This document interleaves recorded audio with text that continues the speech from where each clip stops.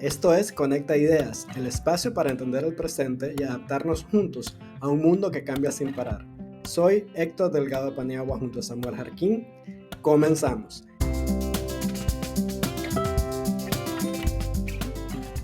Hoy hablaremos de la docencia en los tiempos de la IA. Nos acompaña Marta Salazar en nuestro episodio ¿De quién es la idea? Creatividad humana en tiempos de inteligencia artificial. Marta es arquitecta, docente universitaria e investigadora. Nacida en Venezuela y radicada en Nicaragua desde 2010, es máster en desarrollo urbano local con énfasis en diseño urbano por la Universidad de los Andes, Colombia, y especialista en docencia universitaria. Ha ejercido la docencia en diversas universidades de Nicaragua y Venezuela y ha trabajado en instituciones públicas y privadas en áreas de planificación, diseño urbano y educación superior. Actualmente desarrolla proyectos paisajísticos aplicando un método propio de diseño por escenas, integrando sensibilidad ambiental, experiencia espacial y visión técnica.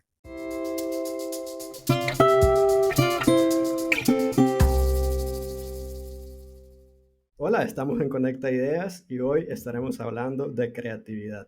Hemos invitado a Marta Salazar, a quien le damos la más cordial bienvenida a nuestro podcast para hablar sobre imaginación, procesos creativos y el rol de la inteligencia artificial en la educación y el arte. Bienvenida, Marta. Un gusto, muchachos, de verdad que es un gusto poder estar aquí. Bienvenidos ustedes también a mi casa. Y cuando pues que quieran podemos explorar estos temas que en este momento emerge tanto la necesidad de poder empezar a tocarlos. ¿Cómo cambia el proceso creativo cuando estamos usando una herramienta como la inteligencia artificial? Bueno, habría que plantear, Héctor, en principio que el proceso creativo emerge de las necesidades humanas, de los problemas y conflictos a los que el ser humano se ha enfrentado históricamente. Por tanto, esas necesidades nos han llevado a cuestionarnos y hacernos preguntas de cómo solucionar esos problemas y cómo hacer mucho más eficiente la solución. Un ejemplo muy esencial lo podemos ver, y eso es lo que nos diferencia de otras especies, en cómo ha evolucionado los habitáculos o las viviendas humanas. El hombre pasó de vivir en las cavernas a vivir hoy en rascacielos. En cambio, otras especies, por ejemplo, un ave, elabora genéticamente, porque está introducido en su ADN y en su instinto, un nido y lo elabora de la misma manera, aunque sean obras de arte.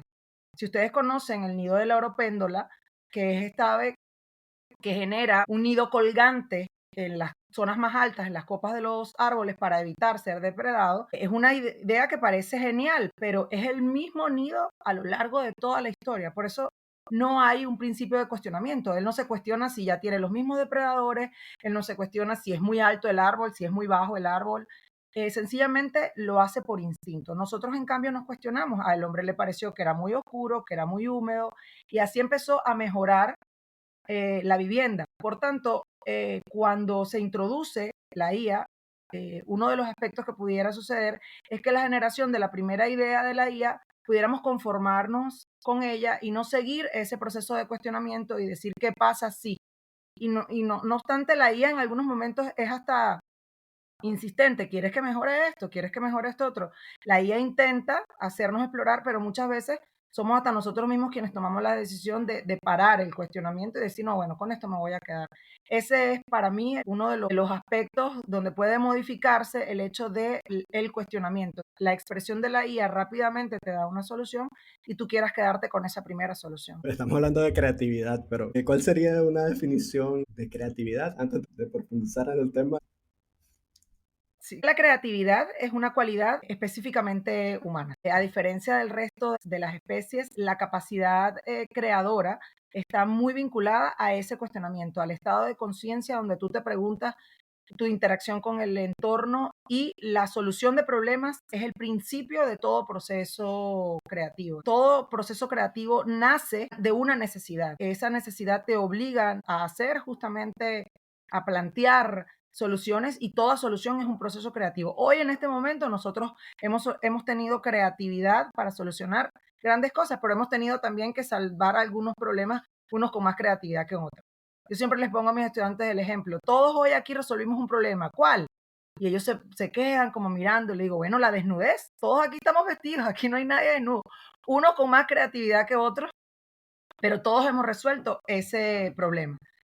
Unos con más estilo que otros, unos con más presupuesto que otros, pero todos hemos resuelto el problema. Entonces, la creatividad está muy vinculada a los grados de eficiencia, a los grados de asertividad que tienes a la hora de la solución del problema, y por eso hay distintos tipos también de creatividad. Hay creatividad donde tú puedes copiar, digamos, utilizas elementos análogos, que es como ha desarrollado el hombre a lo largo de la historia mayormente su creatividad. Copió de los referentes de la naturaleza para poder empezar a solucionar sus problemas y a narrar su historia y a crear cosas por sí mismo. La música, por ejemplo. La música y la pintura son posiblemente las dos manifestaciones artísticas creativas más tangibles en la historia de la humanidad. El hombre empezó copiando sonidos de la naturaleza y utilizando elementos naturales como un caracol, como un hueso, para producir estos sonidos. Y en la pintura pasó más o menos igual, no tenía un desarrollo técnico, sino que empezó a narrar historias y con lo que encontraba a su alrededor empezó a pintar sobre las superficies de las cavernas y empezó a probar. ¿Sí? ¿Qué pasa si el pigmento lo mezclo con agua? Bueno, se borra. ¿Qué pasa si el pigmento lo mezclo con aceite? Bueno, se mantiene. ¿Qué pasa si utilizo pigmentos de otras tonalidades? ¿Qué pasa si mezclo? Y en ese qué pasa si es que se produce el proceso creativo. Y nosotros vemos, cualquiera pudiera decir, qué virtuoso puede tener la pintura rupestre. Es que es la evidencia de que el hombre necesitó expresarse y encontró la forma de cómo hacerlo. Entonces la creatividad es nata dentro del ser humano. Nadie puede decir que no es creativo, porque es como decir que puede vivir sin respirar. Y también la creatividad se evidencia cuando uno combina los resultados y las pruebas. O sea, pones el ejemplo de la pintura y de la música y ha venido evolucionando la pintura y la música hasta la actualidad, combinando los recursos que se tienen y los avances que se han tenido en determinado momento. Así es, la incorporación. A ver, ¿qué es la técnica? La técnica es el refinamiento para poder llegar a un resultado y que todas las veces sea lo mismo. Es decir, cuando yo utilizo una técnica en pintura, no significa que esa sea la única forma de pintar, sino que para llegar a ese resultado, esta es la forma técnica de hacerlo. Entonces, una cosa es la expresión artística per se y otra es el manejo técnico. La técnica ha sido ese proceso de depuración y de refinamiento para que muchas más personas podamos llegar al mismo objetivo si, digamos, siguiendo exactamente esa misma cantidad de pasos. En la pintura, por ejemplo, se ve muy claramente, hay una línea muy delgada. Mis estudiantes me dicen, profe, pero ¿por qué tenemos que aprender la técnica como la aprendieron en las escuelas artísticas?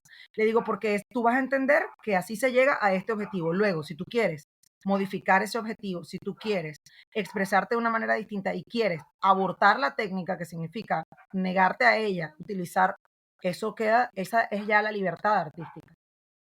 Eso que decías sobre la evolución del arte, cómo se ha transformado hasta los estilos, por ejemplo, del barroco, del expresionismo, el impresionismo, el abstracto. El arte ha sufrido muchas transformaciones y se ha vuelto muy subjetivo. Pero si nosotros lo vemos ahora en la actualidad, porque antes se hablaba de la fotografía, había un debate entre si el arte siempre seguía siendo importante porque ahora ya está la fotografía y siempre se ha existido si se está copiando o no.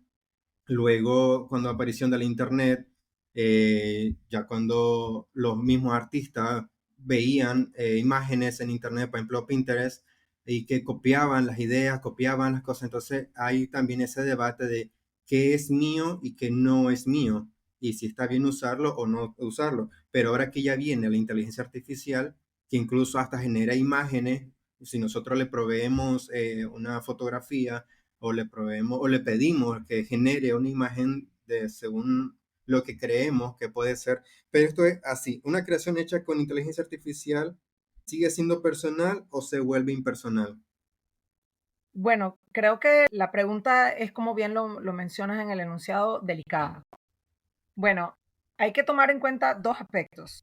La inteligencia artificial tiene que ser activada. La inteligencia artificial, tú tienes que darle una demanda, y la idea de esa demanda, tanto la respuesta que alguien ha generado, eh, ha sido de origen humano, como la demanda que tú haces. O sea, lo que haces tú con la inteligencia artificial es muy humano y muy personal. Sin embargo, el hecho de que la inteligencia artificial, al colocar los datos, siempre los va a colocar como en el mismo orden.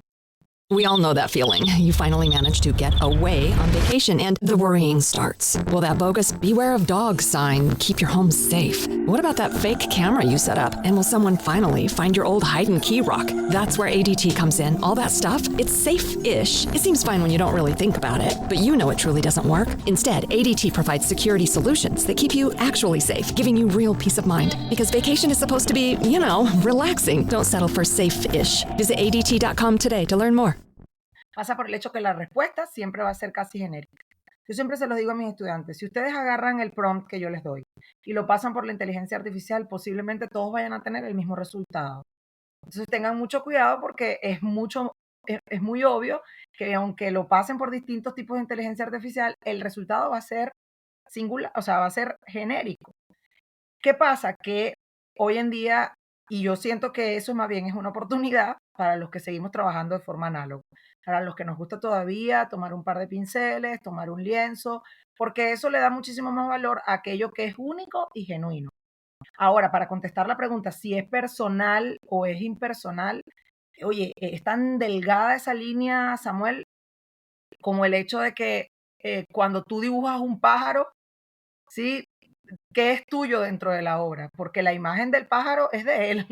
Tú lo que estás es representando a este pájaro, uno con mayor virtuosismo que otros, pero la obra en sí mismo, ¿qué es? Lo que pintaste. Y eso es una línea que se debate muchísimo en las escuelas de arte, porque los retratistas no están generando un proceso donde hay una innovación creativa, sino que están copiando con muchísimas habilidades, eso sí, algo que ya existe, algo preexistente.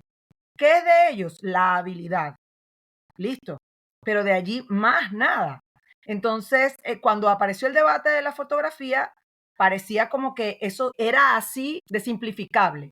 Se volvió mucho más complejo porque la fotografía en su evolución, el manejo de la luz también requirió de ciertas técnicas. Pero siguen usándose, tanto en fotografía como en pintura, técnicas y herramientas que ya están, que existen. Sí, Además de eso, o sea, sigue la fotografía que requiere el equipo, requiere, dependiendo, si fuese la fotografía tradicional de rollos con revelados, tenés que pasar por la técnica para hacer. Sí, así es. interesante. Por eso les digo, la línea es muy, muy, muy delgada. Porque, ¿qué pasa? Para poder tú decir que una obra es completamente tuya, la referencia tendría que ser como que nadie nunca antes lo ha hecho. Y eso es muy Muy complejo. difícil, sí. Eso es muy complejo y por eso todos los ismos, producto de las vanguardias, empezaron a convertirse en eso. Todo el impresionismo es bueno, apareció la fotografía, ya le vamos a mostrar lo que somos capaces de hacer.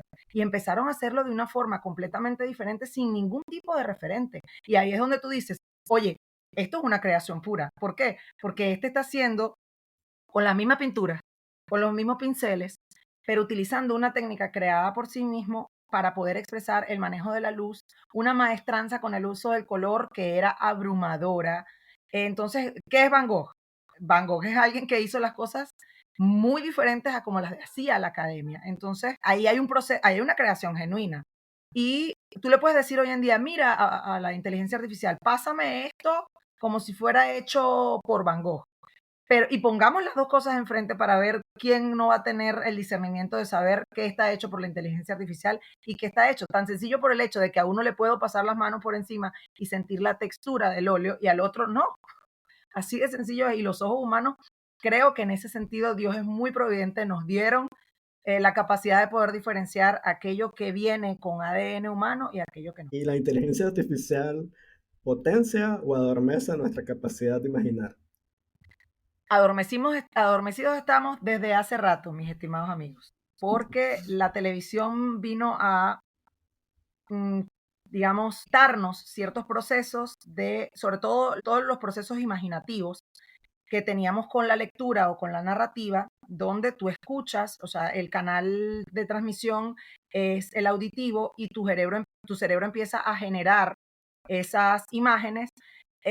Cuando aparece la televisión con sus imágenes en movimiento y con sonido, pues nos ahorraron, no ahorraron, nos evitaron esa parte y esa zona del cerebro está adormecida desde la aparición de la televisión. La radio todavía nos ayudaba un poco porque escuchábamos una radionovela y nos imaginábamos al personaje y empezaba nuestra cabeza a imaginar la escena, la iluminación. Hoy en día es muy difícil, por ejemplo, que un chico no tenga un referente, un chico, sobre todo con los que yo me muevo, que son estudiantes universitarios de primer año y hasta mis hijos, no tengan un referente primero visual antes que el referente creado por su propia imaginación. Yo les puedo decir, el Harry Potter que yo leí en los libros, porque yo leí los libros antes de ver las películas, es totalmente distinto al Harry Potter de las películas, porque Rowling describe a un muchacho desgarbado, alto, flaco, despeinado, y Daniel Radcliffe no creció,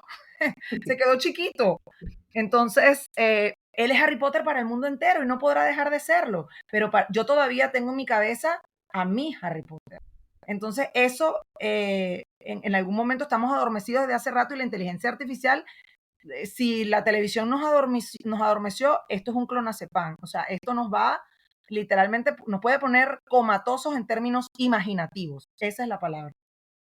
Algo que decía sobre la delgada línea del dilema del uso de estas aplicaciones o no, creo que entre esa delgada línea está lo que es la ética y algo que nosotros estuvimos hablando en un capítulo con Gastón sobre la ética y la inteligencia artificial, de decidir qué es mío y qué no es mío, porque si yo genero una imagen y digo voy a tomar un 20%, utilizo mi criterio ético y decir, ok, quizás no es el 100%, fue idea mía, fue un 20%, pero me dio como una idea, por así decirlo. Pero ¿cómo podemos enseñar a usar estas herramientas sin perder ese criterio, la emoción y la intención propia y sobre todo lo que es la ética? Bueno, lo primero es que no debemos dejar de cuestionarnos. Y ese es el principio, se los dije, es el principio de la creación y es el principio ético, porque tú empiezas a cuestionarte, bueno, yo voy a vender esto como mío, yo voy a asumir, yo a mis estudiantes en ocasiones les he dicho, esta rúbrica fue creada por inteligencia artificial y luego modificada por mí para adaptarla, pero y les muestro a veces, miren, este es el prompt para que ustedes vean qué factores se utilizaron y lo que generó la inteligencia artificial. Es un proceso que puede ser bastante mecánico, pero que tú tomas. Es más, en ocasiones les hago chiste, les digo, ChatGPT de ustedes espera mucho porque esa rúbrica está profunda, les digo.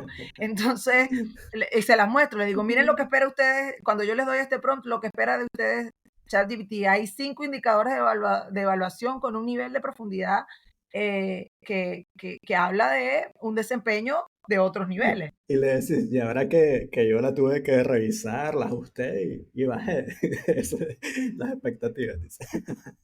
Sí, sí, sin duda alguna, las IA tienen altas expectativas posiblemente por los factores que incluyen.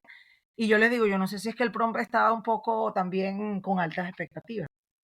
Eso puede ser que desde el que la estaba usando tenía expectativas altas, entonces. Así es. Entonces, lo más seguro es que tenemos que cuestionarnos. Tenemos que cuestionar el hecho de, bueno, esto lo estoy utilizando con qué fin. Yo les puedo decir, la inteligencia artificial en algunos casos es excelente para, de repente, si ya yo tengo un texto, puedes revisar me puedes decir qué errores de puntuación tengo y empezar a aprender con ella y decirle, ah, mira, aquí faltaba una coma, esta idea tiene un mayor número de palabras y la norma establece tal cosa y tú empiezas a repasar cosas hasta de aprendizaje que dejaste muy, muy, muy atrás. Esta palabra es esdrújula, si solo va acentuado o no va acentuado. Ese tipo de aspectos es perfecto, pero tiene que haber de este lado el cuestionamiento. Pero si yo agarro el resultado de la inteligencia artificial y lo pongo, lo escupo al mundo, tal cual como está, ahí el comportamiento es errado desde su génesis. O sea, eso nació malo. ¿Por qué? Porque estoy diciendo que la generación del objeto, la generación de la imagen, la generación del texto, es completamente mía. Entonces ahí es donde esa delgada línea es importante cuestionarnos, es importante decirnos a nosotros mismos, estoy haciendo uso de una inteligencia artificial. Instagram hace rato había puesto la etiqueta y es una etiqueta ética. decir que esto está hecho con inteligencia artificial y raramente lo utilizamos con honestidad. Ok, Marta, muchas gracias por estar con nosotros en esta entrevista tan importante en el mundo artístico, ya que pertenecemos a ese mundo. Queremos que nos diga una idea que pueda conectar con la audiencia sobre todo esto que hemos hablado.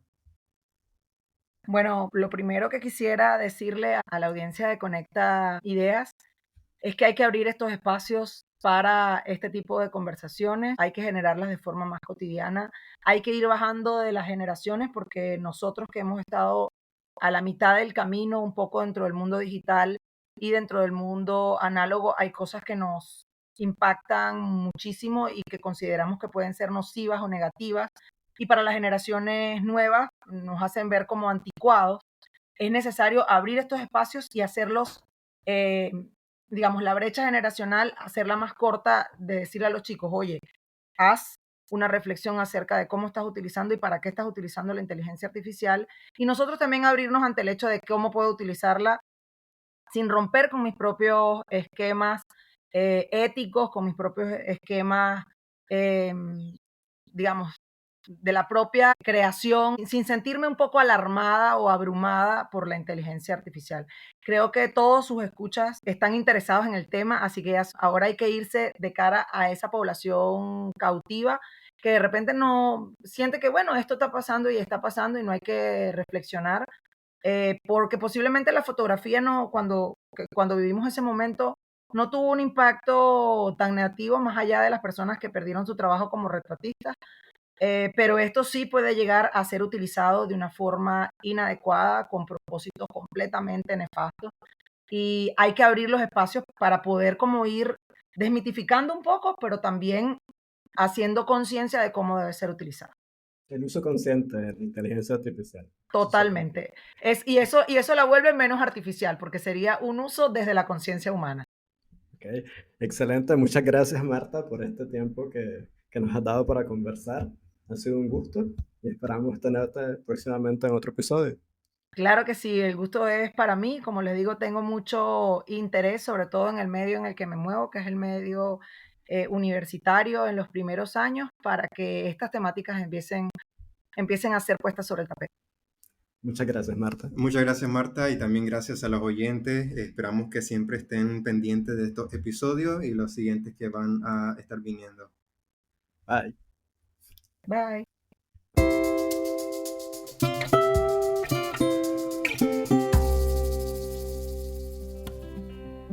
Y así cerramos otro episodio de Conecta Ideas. Gracias por escucharnos y ser parte de esta comunidad. En el próximo seguiremos conectando. No te lo puedes perder.